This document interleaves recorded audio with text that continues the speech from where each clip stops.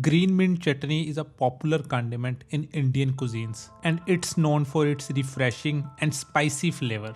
This delightful chutney is not just tasty but it's also very versatile, which can be used in multiple Indian appetizers. So let's get into this chutney. Firstly, I will take a handful of fresh cilantro. You can see I am using the leaves and the stems. You have to wash your cilantro at least 3 to 4 times in order to remove all the dust particles. Next, I am going to use some fresh mint. You have to remove all the dirt and impurities, and you can already see I have removed all the stems from this mint. Now I will take few cloves of garlic. Next, I will use 1/4 of an onion. Now I will use some green chilies. I am using 5 green chilies here, but you can adjust this quantity as per your spice level tolerance. Now I will need some fresh cumin powder. I will heat a flat pan here and I am using 1 tablespoon of cumin seeds. You have to keep stirring the cumin continuously in order to prevent it from burning. Once you can smell the fresh fragrance from the cumin, turn off your heat. Now I will transfer all of these ingredients to the mixer grinder jar here. I have added my cilantro,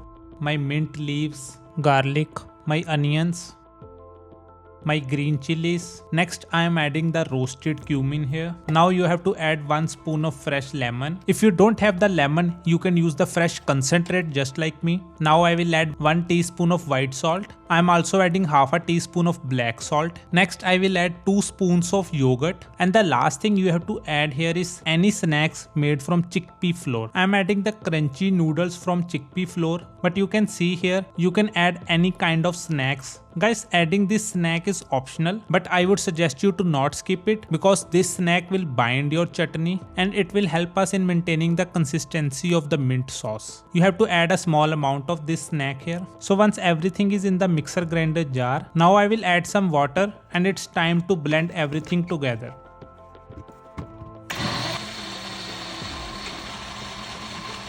As you can see, in spite of adding some water here, my chutney is still thick.